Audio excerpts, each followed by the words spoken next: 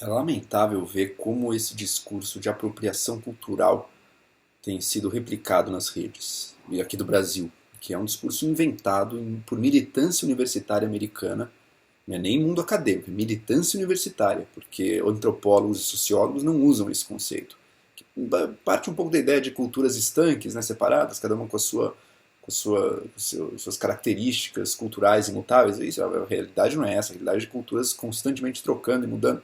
Mas enfim, um termo, um papo inventado por militância acadêmica americana que, como tantas outras modas, são transferidas, são importadas pela militância universitária brasileira e usadas sem nenhum senso crítico. Especialmente no Brasil, que é um país cuja cultura é criada integralmente sobre isso que eles chamam de apropriação cultural. Você pegar elementos de outras culturas, de culturas diversas, no caso do Brasil, pelo menos três matrizes centrais, que são portugueses, europeus, negros africanos vindos pela escravidão e índios que já moravam aqui, e especialmente Tupi-Guarani.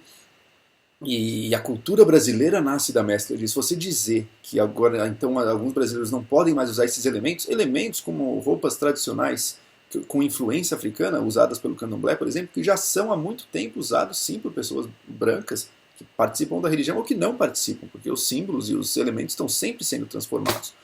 E agora pessoas militantes que até ontem se vestiam, que desde ontem passaram a se fantasiar de africano porque acham que tem a posse disso, e daí os africanos veem isso e falam, pô, você está dizendo que os outros não têm direito, mas quem é você, que nem africano é, que acha que tem direito sobre a nossa cultura só porque tem a nossa cor de pele? Não tem nada a ver. Óbvio, em geral, africanos criticando isso, porque pelo que a gente tem visto em manifestações, as pessoas que moram de fato na África, em diversos países de língua portuguesa, não tem nenhum problema com o uso de roupas tradicionais locais por outras pessoas. Mas enfim, uma militância que pegou esses costumes anteontem como uma forma de impor, de expor sua ideologia, sua posição, viam com raivinha quando outras pessoas fazem, por motivos plenamente naturais. A maioria das pessoas que usam turbante, por exemplo, o turbante não é invenção africana, o turbante foi uma criação provavelmente persa, muito antiga, que passou para várias culturas, como tantos outros elementos culturais. Mas pega algo como o turbante.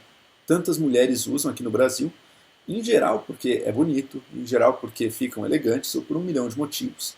E agora não podem mais fazer isso não, porque ficou posse de uma raça específica, sempre que no Brasil o próprio conceito de raça, ou mesmo de cores, tanques, é muito questionável. A maior parte da população brasileira, não só a maioria parda, mas também brancos e negros, tem ascendência mestiça, em última análise, ascendência de várias matrizes.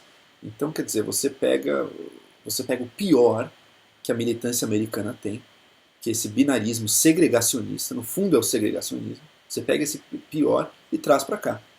Os Estados Unidos é segregacionista tanto do lado dos racistas brancos, que desde muito tempo, desde o século XIX, queriam, depois que perderam a escravidão, queriam expulsar os negros do país, uma nação apenas branca, e lá de fato os brancos são pouquíssimos miscigenados.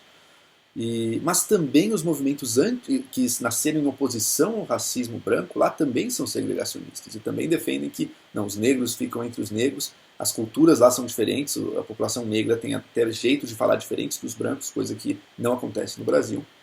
E você traz isso para cá, para o Brasil, que é um país que se formou no sincretismo e na mistura não só genética, por meio da reprodução e do matrimônio interracial, que era um fato observável no Brasil desde séculos atrás, coisas que alguém como José Bonifácio via como uma das grandes forças brasileiras, o fato de que aqui pessoas de diferentes raças se casavam e construíam família, e um sincretismo que não é apenas genético, reprodutivo, mas também cultural. E todas as nossas grandes manifestações de cultura, como o próprio candomblé, que não é uma religião africana, é uma reprodução na realidade brasileira, com muitas modificações de crenças tradicionais iorubás.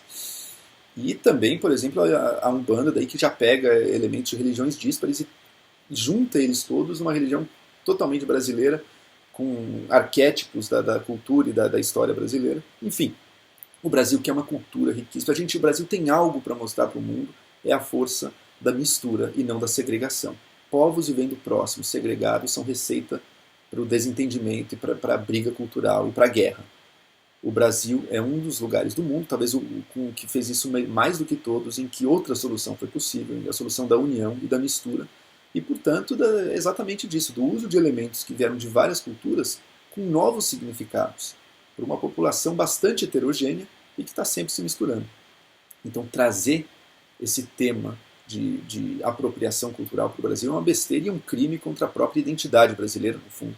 Assim como é tão patética, a coisa é tão gritante o caráter importado dessas modas militantes, que, por exemplo, então trouxeram a ideia do blackface. De fato, nos Estados Unidos existiam certos tipos de manifestações racistas de brancos pintados de preto para humilhar ou para ridicularizar os negros, usar de uma forma agressiva, e trazem isso para o Brasil, não fazem nem questão de traduzir o termo, então usam blackface mesmo, quando a gente pode perfeitamente falar em português isso, e mesmo manifestações da cultura tradicional brasileira que visam a exaltar ou a louvar eventos que envolveram negros no Brasil e que no qual uma cidade inteira se pinta o rosto de preto, são agora condenados como blackface. Ah, eu li num livro que blackface é racismo.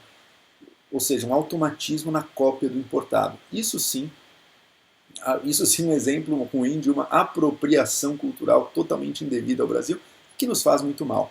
Felizmente, é algo de uma pequena minoria que se expressa principalmente via internet. O grosso da população brasileira, de todas as cores, e a gente sabe como a gente tem tantas cores aqui no Brasil, não liga para isso e não pensa nesses termos. Pelo contrário, quer que as pessoas sejam felizes e usem elementos conforme funcional, não para elas. E é isso. É uma apropriação de uma pequena minoria, mas que faz muito barulho.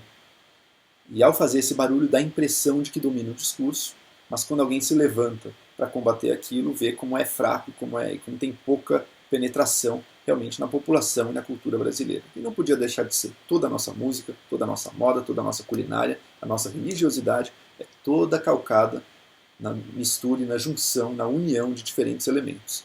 E não é uma moda importada dos Estados Unidos, sem nenhuma tentativa de ser traduzida ou digerida ou adaptada para a realidade nacional, que vai mudar isso. O Brasil tem muitos problemas, como a gente sabe, tem um país com 1 milhão de lacunas a serem vencidas no campo econômico, social, mas temos coisas positivas também.